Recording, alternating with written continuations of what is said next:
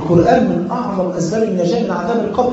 يقول صلى الله عليه وسلم، والحديث هو الحاكم بسند صحيح: سورة تبارك هي المانعة من عذاب القبر.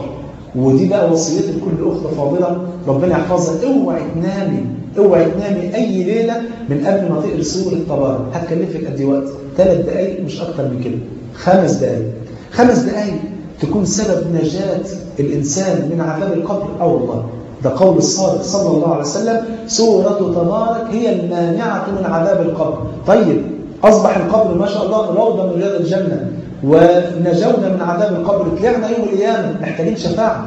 النبي صلى الله عليه وسلم يقول كما عند مسلم: يحشر الناس يوم القيامة حفاة عراة غرلا غير مختونين، والشمس تدنو فوق الرؤوس حتى تكون كمقدار ميل، ويفيض، أنا بجمع بس بين الأحاديث يعني، ويفيض العرق، عرق الذنوب، فمنهم من يبلغ العرق إلى كعبيه أو إلى ركبتيه أو إلى حقويه، ومنهم من يلجمه العرق إلجاما، ويؤتى بجهنم لها 70,000 زمام، مع كل زمام 70,000 ملك يجرونها، فتزفر جهنم زفرة، فلا يبقى ملك مقرب ولا نبي مرسل إلا جثى على ركبتيه وقال: يا رب سلم سلم.